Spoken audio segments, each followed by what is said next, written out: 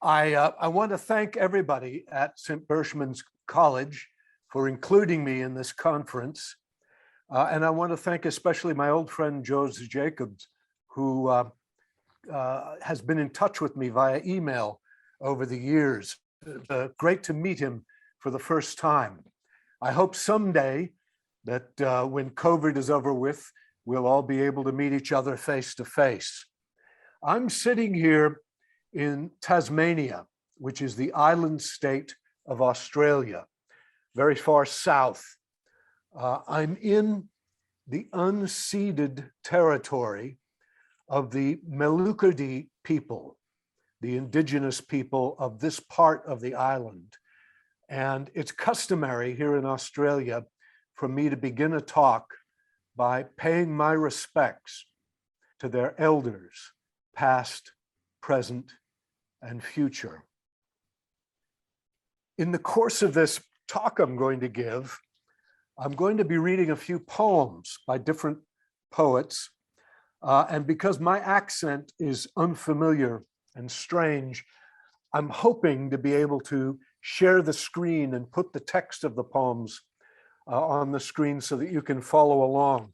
So if I fail to do that in the course of the lecture, my apologies to begin with. So I'm calling this talk, The Problem of Identity Poetics. To say something is a problem implies that there is a solution. And I do not mean to solve anything. A problem is also something you reside with, consider from multiple points of view, wonder about, muse upon. Identity and identity poetics are that kind of a problem for me. The subject inflames passions and engenders a lot of imprecision. So I would like to try to think clearly, if a bit broadly, about what it means here for the art I love, poetry, and poetry's perennial life, as well as its position in the world. Let me begin with a poem. This is called The Mower by Philip Larkin. Philip Larkin lived in England from 1922 to 1985. Those details might make you think you know enough about Philip Larkin, but this poem may help you see beyond them. So here's the poem. The mower stalled twice.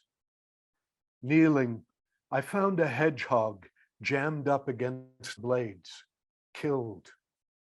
It had been in the long grass. I had seen it before and even fed it once. Now I had mauled its unobtrusive world unmendably. Burial was no help. Next morning, I got up and it did not. The first day after a death, the new absence is always the same. We should be careful of each other.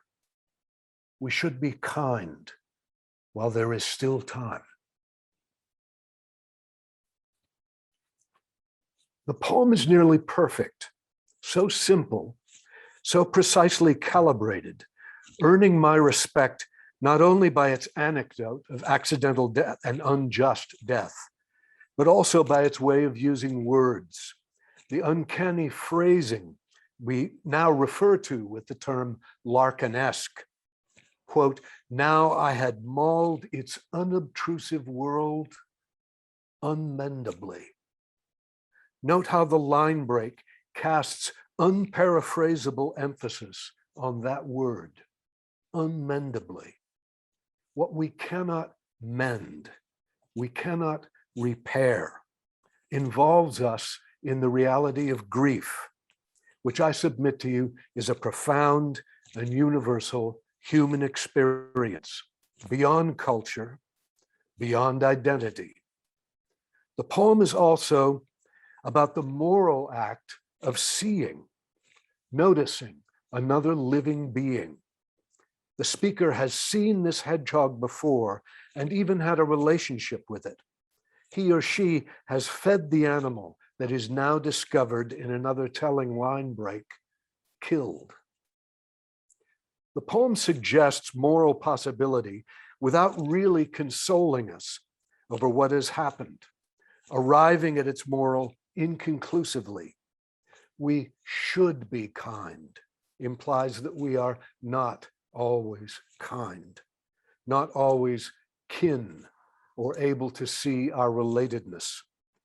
Our lives have limits, and the poem resides within those limits while acknowledging a limitlessness of imagination, possibility, and dare I say it, hope. It is a rare example of a moral imperative in a conditional mood, and that makes it, to me, deeply, importantly, human and humane. It is a work of art. Yet we know the writer was an imperfect man.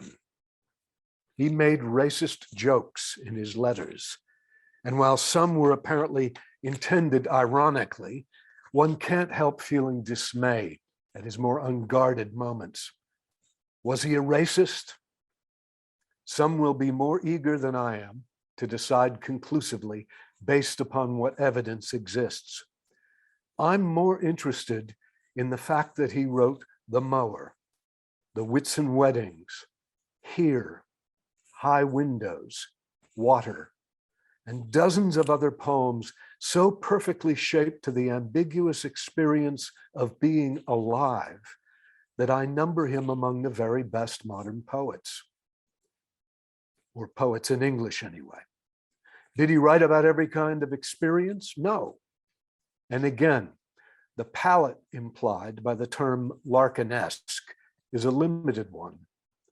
The personality in the poems may or may not be like the personality of the man himself.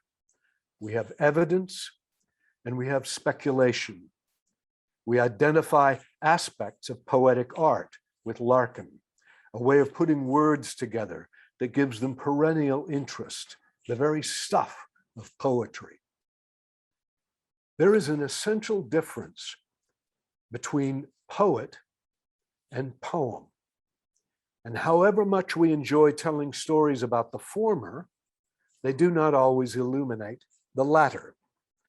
I suggest that a poetics based entirely upon a circumscribed definition of identity, a belief that race or gender or sexuality or economic circumstances or political affiliation is a sufficient rationale for poetry, is doomed to mediocrity. Language itself has a multifarious life. Poetry itself exists outside and beyond the individuals who make it.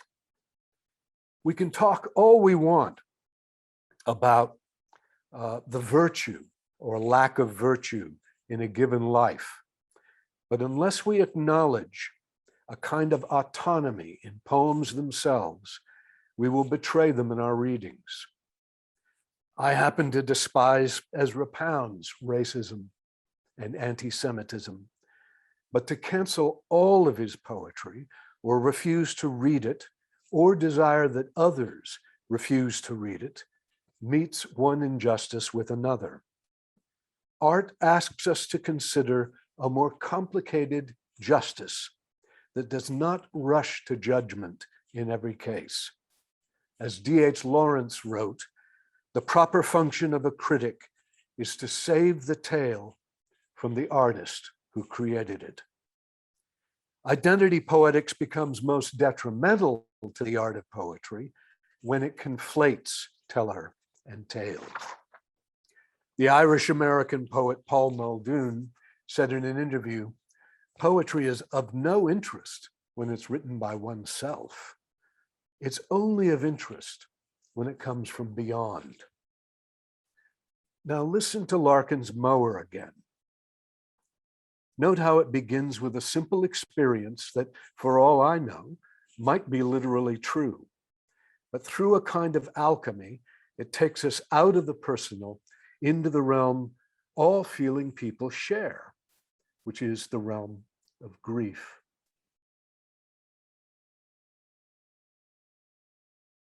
The mower stalled twice. Kneeling, I found a hedgehog jammed up against the blades, killed. It had been in the long grass. I had seen it before and even fed it once. Now I had mauled its unobtrusive world unmendably. Burial was no help. Next morning, I got up and it did not. The first day after a death, the new absence is always the same. We should be careful of each other. We should be kind while there is still time. We must be kind to each other.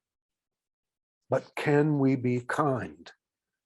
Can we be kin in a world of such injustice, so much turmoil and hurt? What do we do with our rage, our hatred, our politics? Poetry's answer is that we try to transmute them. We give them shape. We try to find the grief in them, or the comedy, or whatever precision of statement allows us the kind of complexity and ambiguity with which art honors life. The human condition now is a decidedly crowded one and demonstrably post-colonial. I'll use English as an example here, but can imagine all sorts of permutations of the same argument using Russian or Chinese or Spanish or French or German or Portuguese, etc.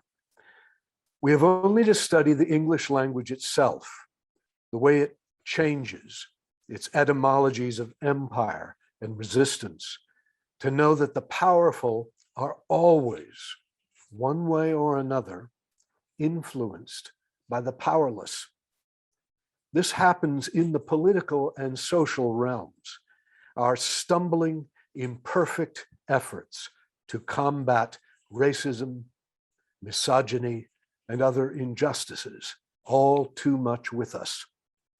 We know the collision of competing narratives, the efforts to sort out truth in all the muddle, the cynicism of those who deny the value of trying. But the English language is not a person. It does not care about our desire for justice. It absorbs everything it touches, all contact with formerly subject peoples, as well as the obscene euphemisms of warfare, all culture, high and low. The language is both debased and enriched, made more supple and diverse by the polyphony of its speakers and writers, used to limit and censure anyone who falls out of a moment's favor, used also to exalt humanity to the point of magnificence. It is easy to succumb to group speak, whether of the left or the right, but the best writers will often try to speak as individuals. We are blessed with a medium so adaptable, and we have a responsibility to the language, not to purify it.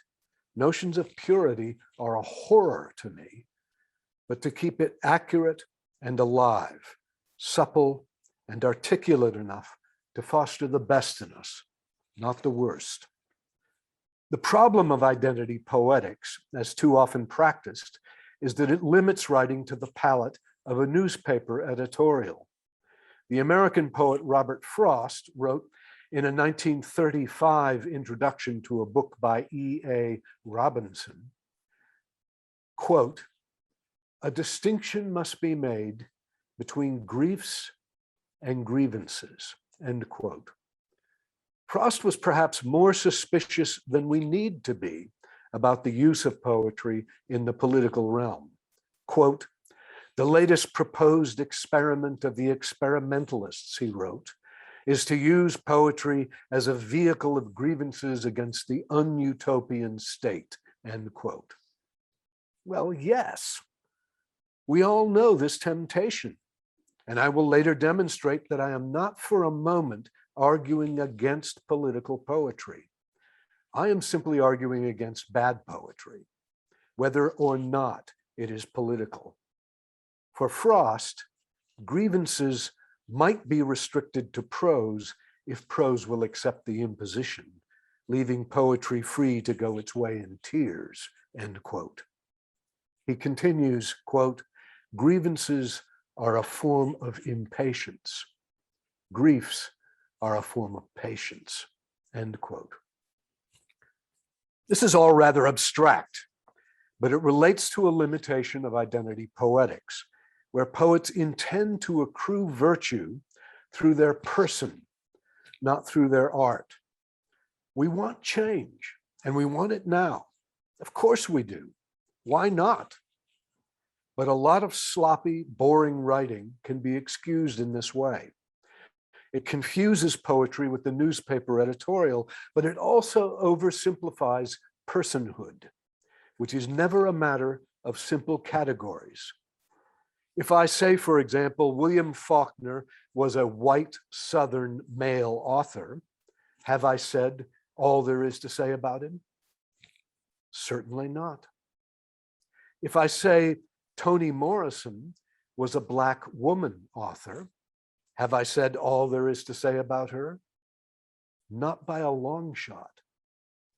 Personhood, even identity, is far too complicated to be adequately served by political categories. Those categories can further our causes, making possible all sorts of legislative improvements, voting rights or marriage rights, for example, but they are insufficient for the creation of art, because art is concerned with reality, and reality, which includes the imagination, is confoundingly complex. Despite that complexity, poets can be true to how it feels to be alive on this earth. They can speak as individuals, but touch upon feelings deeper than the personal. One example would be the poem Halabja by Nina Bogan, an American by birth who has lived in Europe for many years. The poem refers to a specific event, the massacre on March 16th, 1988, of Kurdish people by the Iraqi forces of Saddam Hussein. This chemical attack shocked the world. Between 3,200 and 5,000 men, women, and children were killed, and some of its perpetrators were condemned for crimes against humanity. Bogan's poem is not a work of journalism, not concerned only with reportage of the event, but goes straight to the heart of the matter.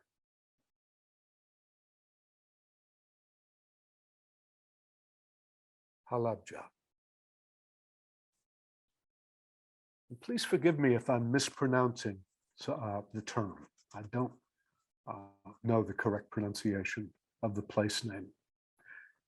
Halabja, tonight the silence of the world is so heavy above you that the stars slow their burning and gaze at the emptiness, the terrible grass whitening the fields. Flocks of sheep on the hillsides, children in their embroidered shirts, women, men, wrapped in each other's arms. The whole world had lain down to sleep. What is this day that begins with the singing of all days, the bread, the milk, the heated pan, the tree branch swinging in the wind, the one bird perched at the crown? It is the day when history turns its back, when the old laws turn to ash in the grazing lands.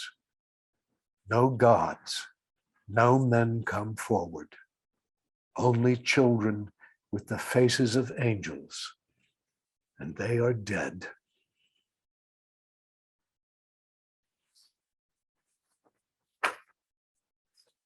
It's not just the dignity of verse that makes this a poem, but also the nature of address.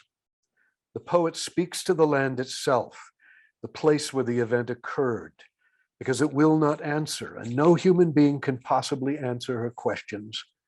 Courts of law can respond, and eventually did respond.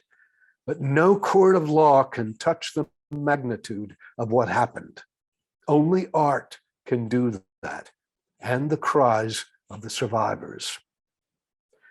At this conference, we are talking about marginality, and I'm struck by the fact that poetry often speaks from the margins rather than the centers of cultural life. I turn now to a Scottish poetry journal, The Dark Horse, which has courted its own kind of marginality for more than 20 years. First, by publishing only poetry and prose approved by its exacting editor, Jerry Cambridge. Second, by introducing its readers to all sorts of poets, many of them quite unfamous. Cambridge has courted controversy in several issues recently, partly by defending writers against the cancel culture of social media. He combines high editorial standards with an open mind and an impatience with cant. For the summer 2021 issue, Cambridge invited two very different poets, Sean Y. Kuhn and Shezar Doja, young writers involved in new permutations of the Scottish literary scene, to come on board as contributing editors. The result is illustrative of the conflicting tendencies in contemporary poetry. For example, the poem annotates power, an essay by Miguel Barreto Garcia, a writer living in Zurich and identified by the pronoun they, intelligently considers the problem of identity poetics. Quote, "My poetics draws from anxiety. Embedded in my identity as a Filipino poet is contradiction and conflict. The Filipino as a function of colonization is a long story of hands passing us around, one colonial master to another. The Filipino body has been named, renamed, classified in multiple iterations across time and space. Our borders have been idiosyncratically drawn and redrawn by empire," end quote. This is all true, but Barreto also knows that it is insufficient. Quote, "I am more than my parts. Prevailing ideas of identity as fixed labels are marginalizing and problematic for pan-ethnic identities such as the Filipino. Fixed labels assume identity as insular, homogeneous, and complete. Its rhetoric creates false binaries and arbitrary value judgments over how we compare our identity with others. Conflict arises when we divide and conquer our identity, one identity over another. Infighting among cultural minorities exacerbates marginalization and benefits only colonial power structures. In social media, academic circles, and conversations across the diaspora, the tension between Filipinos and Filipinos in the diaspora is palpable, with passionate and heated conversations surrounding the Filipino X divide or Filipino adjacency to Asian, Southeast Asian, Latino, Latinx, and Pacific Islander labels, end quote. This is exhausting. And taking in all these identities, one can sympathize with the comedian Hannah Gadsby, who said, "I identify as tired." One can also sympathize with Krishna, reminding Arjuna that the self is an illusion, but doing so does not diminish the pressures of attachment we all feel in our actual lives. Attachment to communities, to families, to friends, to the perception of others. What is happening here? These dispiriting complications can be found all over the globe, which is what I mean when I say our life is post-colonial. As true for me as a white heterosexual male, an American living in Australia, as it was for James Baldwin as a Black gay man, also American, living in France. Neither of us sufficiently identified by those terms. The problem is partly one of time. We can't read everyone, so we have to choose what we value. And partly one of power. Who are the arbiters of taste in a given time and location? Even if grievance is our reason for poetry, and we assume we can correct social wrongs by writing in a particular way, how are we to determine whose grievances are more grievous than anyone else's? Barretto's essay introduces me to a strong poem, After the Formalities, by Cypriot British writer Anthony Anaxagoras, which confronts these ideological struggles using sophisticated literary means. It's a long poem, by the way, so I'm not putting it up on the website. I'm just going to quote small bits of it. Forgive me for that. I can give you the citation again if you'd like to look it up. After the Formalities by Anthony Anaxagoras. The poem alternates powerful lyric passages about immigration, a global human phenomenon, with brief historical aphorisms such as this one. Quote, in 1606, French diplomat Jean Nicot added the word race to the dictionary, drawing distinctions between different groups of people. Nicotine is named after him, end quote. The formalities of the poem's title are poetic, but also the very thing any individual suffers when confronted by authority, whether of the state or another institution. And here's a brief quote from one of his more lyrical passages in the poem. After the formalities, of course, I said London, and of course, he asked again. When I said Cyprus, he leaned into his chair, recalling a family holiday, the weather sublime, the people accommodating, particularly towards the English, and how it was a shame about the Turkish thing. And your parents, when did they enter here? In the late 50s, I replied. So before the Immigrants Act? Yes, I said, before. Well, good for them, he said, putting the lid on his pen, closing his pad, asking me to talk a bit more about my previous roles. That last phrase, previous roles, suggests an identity, an anxiety about identity dating back at least to Shakespeare's Prospero concerning the self and any representations of it. Anaxagoras' poem makes the kind of ironic juxtaposition we could find in a poet like W.H. Auden, who was marginal in another way, having to disguise his homophility during an intolerant epic. Formality itself becomes textured and tortured and resonant. Identity is never simplified. Marginality becomes a kind of universal or nearly universal human condition. Grievances underlie the poem, but they are transformed into griefs.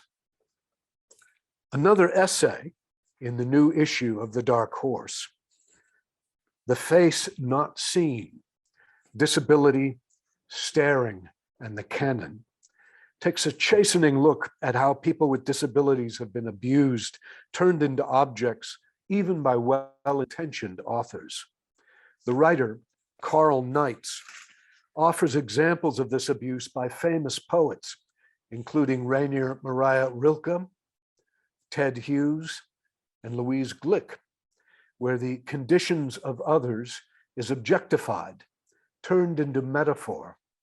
Here, the problem of identity poetics seems particularly fraught, partly because of the assumption that one owns copyright on one's own identity. I can sympathize with Knights, who avers, quote, "While I've made an uneasy truce being under a microscope in public life, finding myself stared at on the page is a bitter, asphyxiating pill to swallow," end quote. He argues that people with disabilities are being told their own voices don't matter. They should just shut up and let their conditions be used by ableist writers as they choose.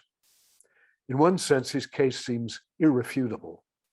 A writer's choice of subject matter is always problematic, and the chance of doing unnecessary and unintended harm to another by using disability as a metaphor certainly exists.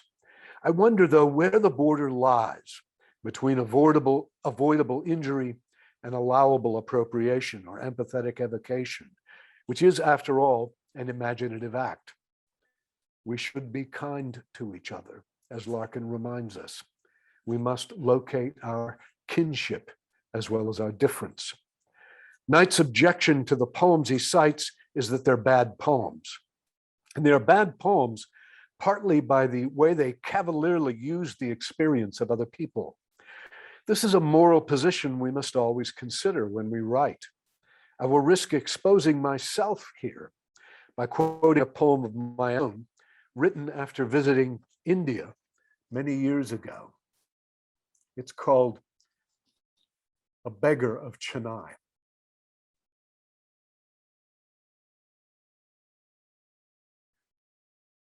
What roll of the dice made me the healthy one, placing a rupee on his left arm's stump?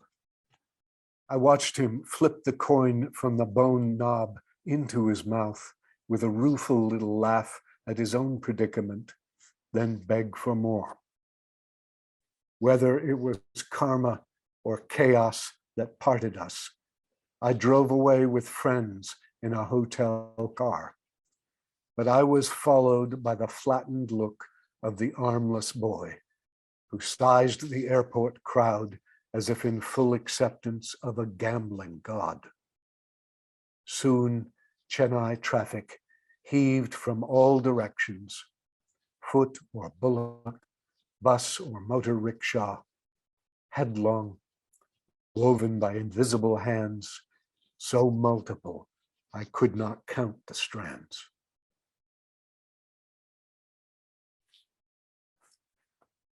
I must have had misgivings about this poem, which I published in my 2004 collection, Arrivals, but did not include in my selected poems in 2018. It's not a particularly good poem, and I must have written it in a mood when I thought poetry should be a kind of reportage, verse notations from a globe-trotting writer. It is a kind of sonnet, arriving at a firm rhyme only in its close, which was perhaps my tenuous effort to convey the slightest and most momentary connection. The speaker in the poem is definitely ableist, definitely fascinated and appalled by his encounter with a boy missing both forearms. But the poem also suggests the boy's resilience and life. The poem describes something that actually occurred and left me feeling a disturbed sense of wonder at what Louis MacNeice called things being various. The poem does not attempt to appropriate the voice of the disabled person, but would that always be wrong? Is it never appropriate, as some have argued, to step out of one's own lane and write from another point of view? Or is it a matter of how well or how poorly you write the poem? Is it an immoral act, this saying what happened and saying it in a particular way? I do not know. but I felt culpable enough with my privilege that I decided to cut it. And I also felt I had not written it well enough to justify keeping it. Disabled poets have finally had enough, writes Knights. They have begun to write back to ableist history. Like Adrienne Rich diving into the wreckage, disabled poets have begun to assess the damage that was done by centuries of being held hostage in someone else's imagination, end quote. This must be done, of course. Anyone who feels objectified in any way has involved with the complicated struggles. I acknowledge that I too am involved with the complicated struggles of being human in our time, and that my own fortunes and misfortunes, both as a writer and a person, are no doubt involved in what I write, how I write, and who I think I'm writing for. I believe in the freedom of the imagination, but I'm not so callous as to believe I have the right to any subject I choose. And I've more than once been told to keep my nose out of other people's business. But there's another dimension to this problem. Appropriation of another person's experience is not a simple matter. If done well, as I would argue many great writers have done it over the millennia, the experience is transmuted, turned into something other than the material of another's life. It becomes an imaginal life, not mine, not yours, but this other thing made out of language, a bit of our blood in the mixture, to be sure, but other than us.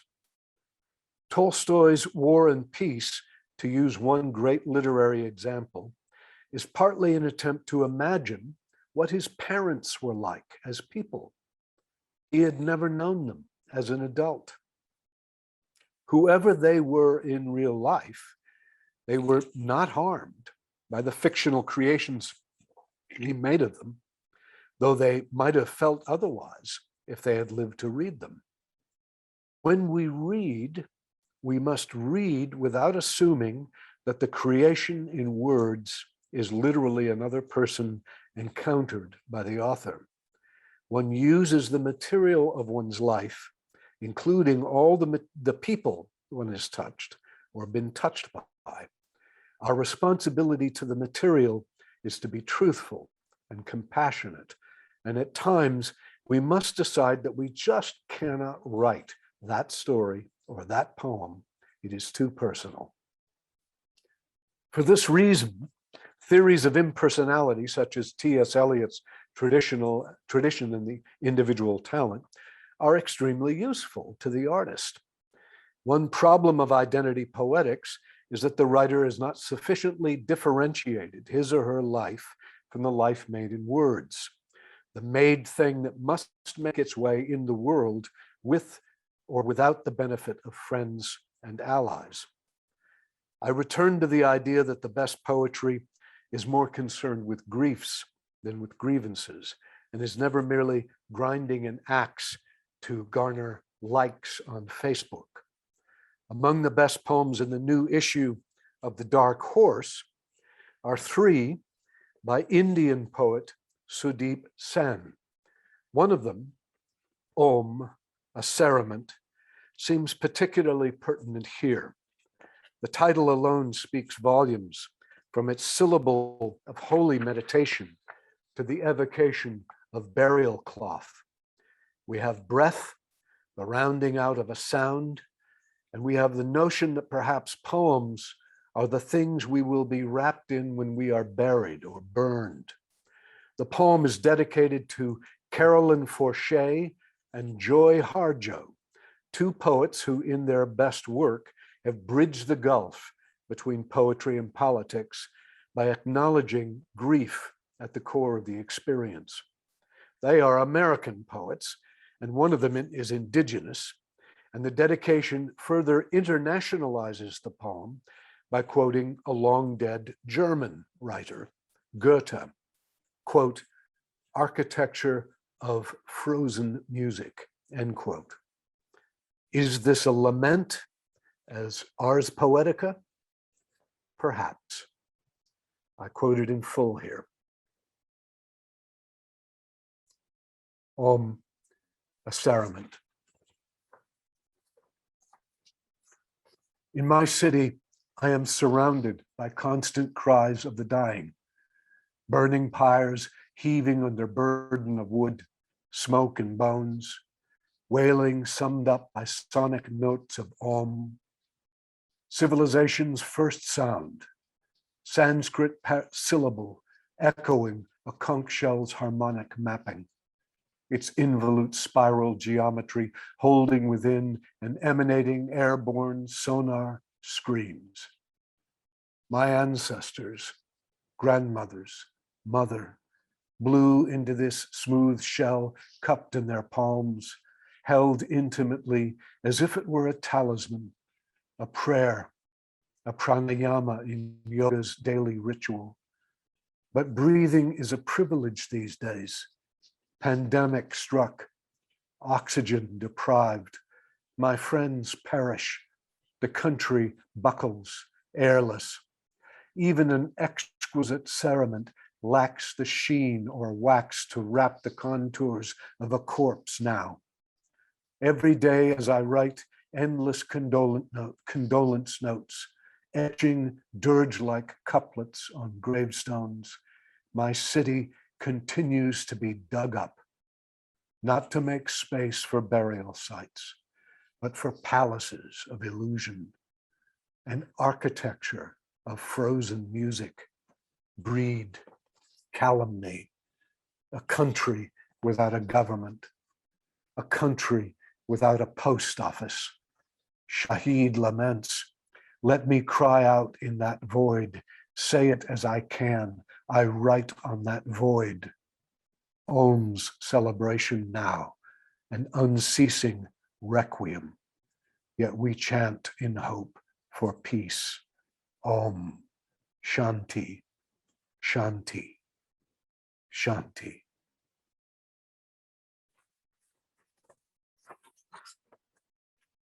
Perhaps good poems carry the signature of poetry itself, acknowledging the ancestor poems, kinship and kind, the life outside the individual life of the poem's author. Authorship itself may be an illusion. One participates in poetry the way one invokes the mysteries, and craft is only half the battle. I find it moving that Sen concludes his lament in a time of pandemic with the same words T.S. Eliot chose for the conclusion of The Wasteland. If one thinks creatively about identity, one might transcend identity, politics, and poetics. I love the way Derek Walcott grew out of the seed of his tiny Caribbean island, yet absorbed much literature of the great globe itself. He wrote in Pidgin, Patois, and the Queen's English, the mighty line of Marlowe and Milton. I love the effort of Patience Agbabi in Telling Tales to transform Chaucer's stories into a new polyphonic and post-colonial poem, again, transcending the limits of personal identity. I note that confessional poets like Sharon Olds are at their best when they rise above or break through the limits of personal anecdote. I rejoice when an Australian Aboriginal poet like Lionel Fogarty uses dialect in his poems, especially in those poems where a kind of verbal music acts as counterpoint to political grievance, no matter how righteous that grievance might be. And Oglala Lakota poet Layli Long Soldier, in her remarkable book, Whereas, confronts the stilted rhetoric of a miserable government apology for genocide. Academic critics like to say she's pushing back against the dominant white colonial narratives, but she's doing it with powerful narratives of her own, particularly in 38, a poem which refers to the 38 Dakota men who were executed by hanging under the orders from President Abraham Lincoln. I feel no compunction to cancel Lincoln from my tiny pantheon of admired American presidents, but that does not mean I can't learn to see him in a new light and to see American history for its tragic complications. Poetry educates the heart as well as the mind. And this is true no matter what kind of poetry we are reading, if it's any good. It may in fact be a prerequisite for good poetry that at some level it becomes vulnerable to real, not contrived feeling. Of course, poetry, including the most heartfelt poetry, is no stranger to irony. The best political poems step beyond personal identity with its tendency towards soapbox martyrdom to find the tragic sense of life. I'm thinking of Yeats and Auden here, and Seamus Heaney, Osip Mandelstam, Anna Akhmatova, quite a few women and poets of color through the ages who have skillfully pitted hearts and minds and formal acumen against the coldness of the powerful. In his essay on death in the poetry of Larkin and Yeats, Seamus Heaney affirms the power of art to do more than express a limited identity. Quote, "When a poem rhymes, when a form generates itself, when a meter provokes consciousness in new postures, it is already on the side of life. When a rhyme surprises and extends the fixed relations between words, that in itself protests against necessity. When language does more than enough, as it does in all achieved poetry, it opts for the condition of overlife and rebels at limit," end quote. To rebel at limit is the work of the imagination. And we do this work even in the most limiting formal structures, because form is the paradox, the paradoxical limit that sets the imagination free. I want to conclude with a more lighthearted poem on identity and marginality, The Excluded Animals by Kay Ryan. As I read the poem, I invite you to notice the way her sounds tickle us, but also that she's talking about a sacred image, the creche or Christian scene depicting Jesus in the manger. Remember that Jesus is an avatar of God, and consider the intensity with which human beings invest their religious images with belief in truth. Consider too the whole history of the excluded and the included, and what those terms imply about human psychology, the behavior of groups. Here's the poem. The Excluded Animals. Only a certain clack of beasts is part of the creche racket, forming a steamy breathed semicircle around the baby basket. Anything more exotic than a camel is out of luck this season. Not that the excluded animals envy the long-lashed sycophants. Cormorants don't toady. No, do toads adore anybody for any reason. Nor do the unchosen alligators, grinning their 3-foot grin as they laze in the blanket waters, like the blankets on him.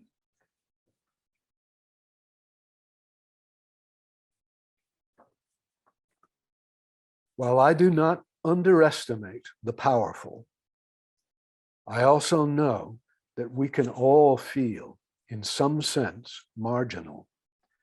We're all excluded animals, whatever we think of our identities and our positions in the world. Some of us more so than others, of course. But this is the way reality works. We include and we exclude, and not even our most fervent wish for equality will change that strange human habit. Grievances are impatient, Frost said. And some would say he had the luxury of saying so because he was white and male. Griefs are patient. Well, not really. They are far beyond patience. They are the wail beyond language. And like the best poetry, they remind us of our relatedness, our kinship, and the possibility that we might be kind to one another. Thank you very much.